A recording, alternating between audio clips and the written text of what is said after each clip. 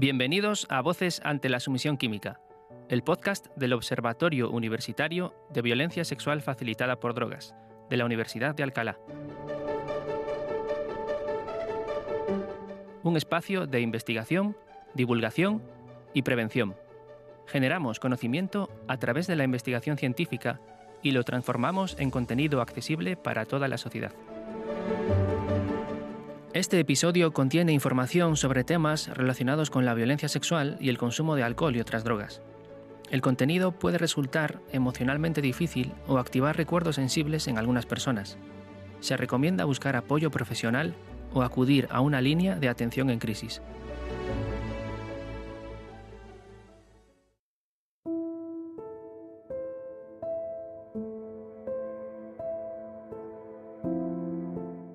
Resulta probado, y así se declara, en la medianoche del 13 al 14 de enero de 2017, Marta salió de fiesta con sus amigas y se dirigió a la discoteca Vivir, Sita en Bilbao. Una vez allí, Marta consumió bebidas alcohólicas y fumó cannabis.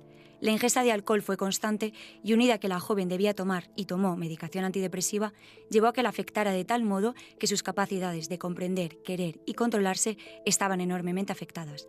Su estado era tal que en un momento dado, al vigilante de seguridad de la discoteca le fue indicado por sus jefes que sacara del recinto a aquella joven.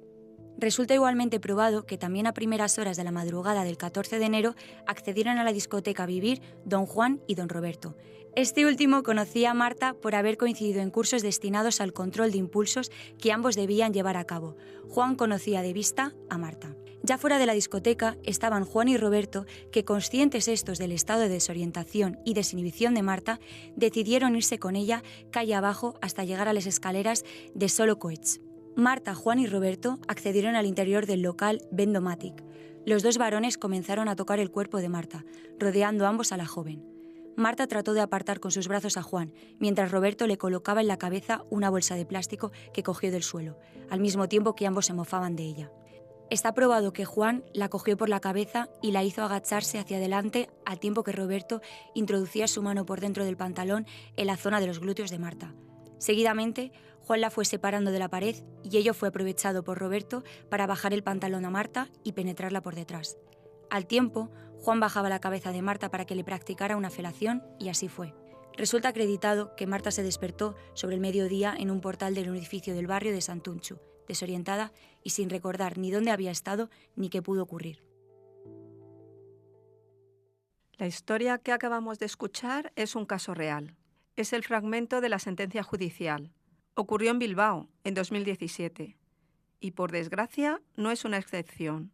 Existen multitud de casos similares dentro y fuera de nuestro país. Hablamos de un tipo muy concreto de violencia, la violencia sexual facilitada por drogas.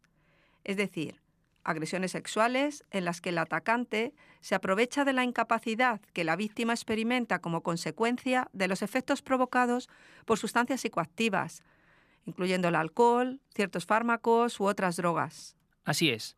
Este tipo de agresiones sexuales son un grave problema de salud pública que afecta especialmente a personas jóvenes en contextos de fiesta u ocio nocturno. Durante los últimos años, algunos casos han tenido mucha repercusión mediática y se han hecho especialmente famosos. Por ejemplo, el caso Pelicot, en Francia, en el que, a lo largo de varios años, decenas de hombres violaron a una mujer, la cual había sido previamente sedada por su propio marido, mientras éste grababa las agresiones. En España, muchas personas recordarán el caso de la manada de Pozoblanco.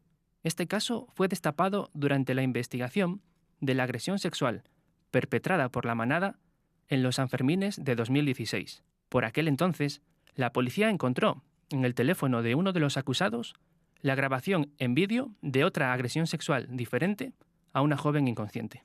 Estas agresiones dejan tras de sí una huella de sufrimiento. Las consecuencias son devastadoras. Muchas víctimas desarrollan ansiedad, depresión, estrés postraumático. Incluso llegan a lidiar con pensamientos y conductas suicidas. Todos recordamos el caso de Noelia Castillo. Esta joven sufrió varias agresiones sexuales. Una de ellas mientras estaba sedada bajo los efectos de ansiolíticos. El sufrimiento de las víctimas no termina cuando acaba la agresión, sino que se ve acentuado por dificultades específicas relacionadas con el uso de drogas. Este podcast nace precisamente por eso, porque hay que hablar de este problema. Necesitamos entenderlo y hacerlo visible. Yo soy Gema Montalvo, profesora de la Universidad de Alcalá. Y yo soy Pablo Prego, profesor de la Universidad Complutense de Madrid. Este proyecto forma parte del Observatorio Universitario de Violencia Sexual Facilitada por Drogas, de la Universidad de Alcalá. Somos un equipo multidisciplinar. Trabajamos desde la epidemiología, la química, la toxicología, la psicología y la comunicación, entre otras disciplinas. Pero hay algo especialmente importante para nosotros.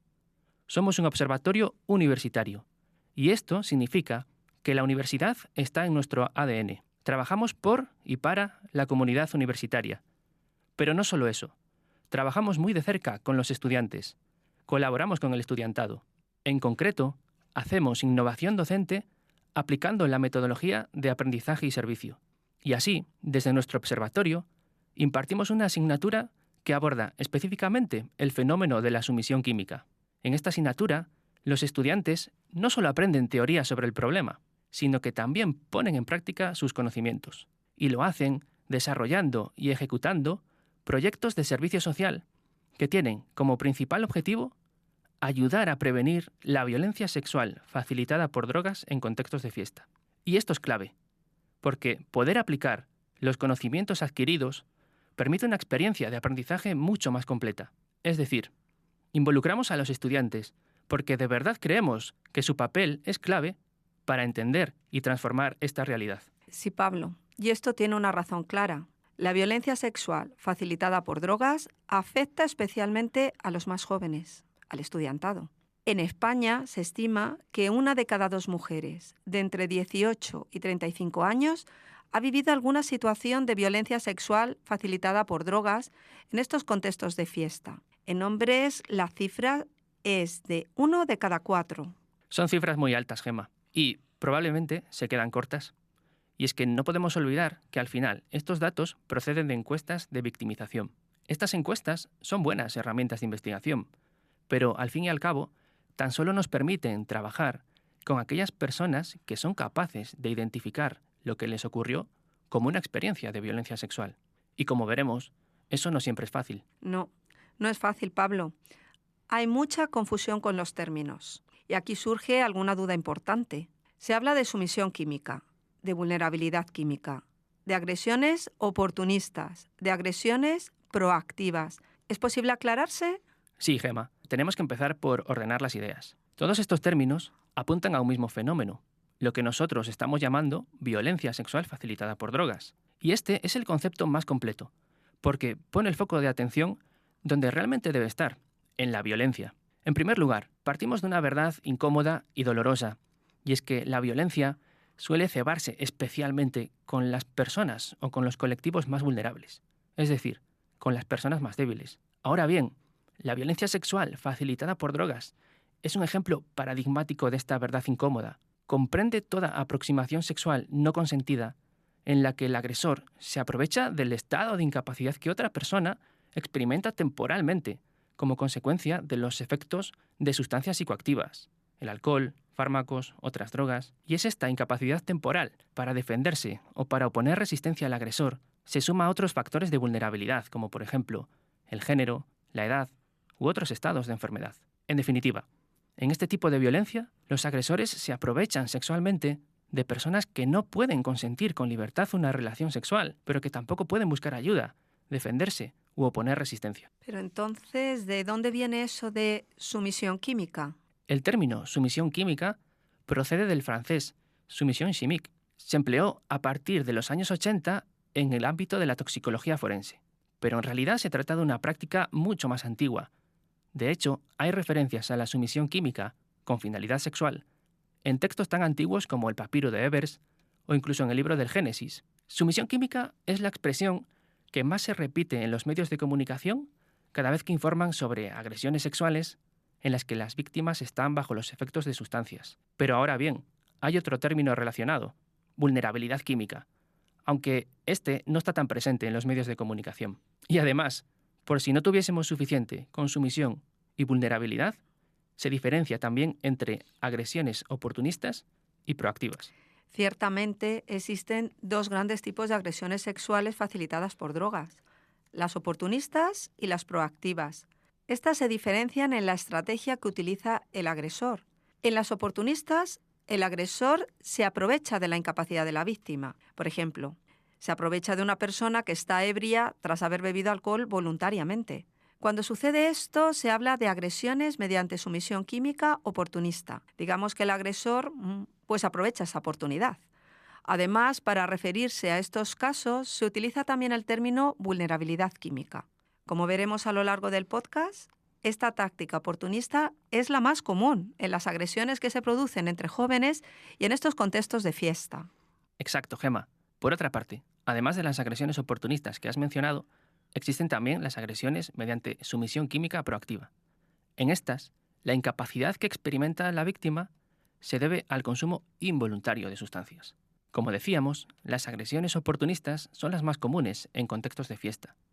Y es que no debemos obviar que el alcohol es una droga cuyo consumo está normalizado, y especialmente en ámbitos recreativos, y que muchos adolescentes y jóvenes practican a menudo un consumo excesivo de alcohol. Sin embargo, muchas veces la atención social y mediática gira casi exclusivamente en torno a las agresiones proactivas. Y entonces, ¿cómo ocurre este consumo involuntario? ¿Qué estrategias utilizan los agresores, Pablo? El consumo involuntario puede ocurrir mediante la administración encubierta de sustancias a la víctima, es decir, cuando el agresor lo hace en secreto, sin que la víctima se dé cuenta. Y esto es lo que ocurre cuando el agresor, por ejemplo, añade algo a la bebida de la víctima. A menudo, cuando los medios de comunicación hablan de sumisión química, se refieren solo a este consumo involuntario mediante administración encubierta. Y este enfoque limitado puede llegar a ser un problema, ya que puede llegar a condicionar nuestra percepción social sobre qué es y qué no es sumisión química. Así, muchas personas solo asocian la violencia sexual facilitada por drogas con la administración encubierta de sustancias a la víctima. Además, hay que tener en cuenta que el consumo involuntario también puede ocurrir siendo la víctima consciente del mismo. Esto puede sonar un poco raro, pero es verdad. Pensemos, por ejemplo, en situaciones en las que una persona es forzada de alguna manera a consumir alcohol u otras drogas. En determinadas situaciones puede existir cierta coacción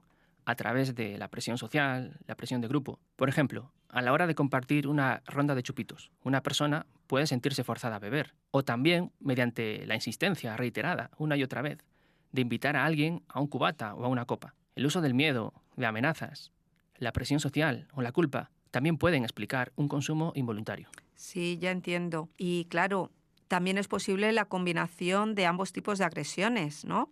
Es decir, de las oportunistas y de las proactivas. Sí, eso es.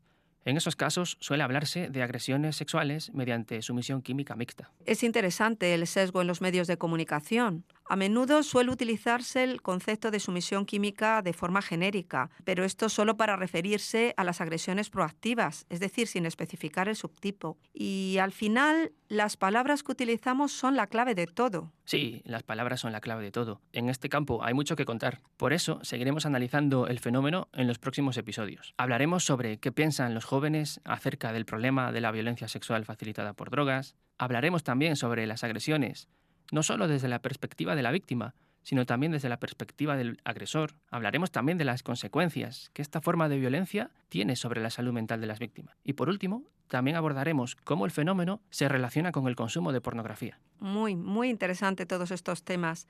Los y las estudiantes serán nuestras voces ante la sumisión química. Esto forma parte de su servicio. Ya han aprendido la teoría sobre el problema en el aula. Ahora serán la parte activa del observatorio, participando en divulgación y prevención. En cursos anteriores lo han hecho impartiendo talleres educativos en institutos de educación secundaria obligatoria y de bachillerato, gracias a la coordinación con la Bolsa de Voluntariado del Ayuntamiento de Alcalá de Henares y con la Oficina de Aprendizaje y Servicio del Ayuntamiento de Coslada.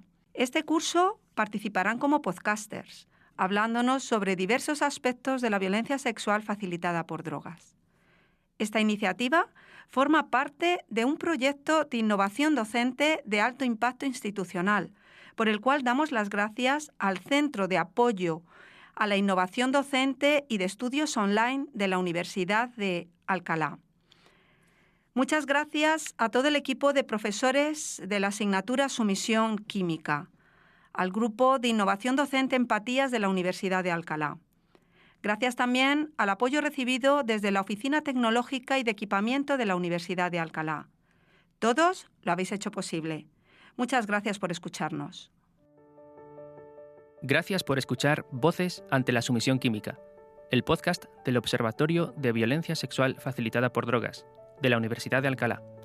Producción, Pablo Prego Meleiro y Gemma Montalvo García, con la colaboración de Paula García Vicente.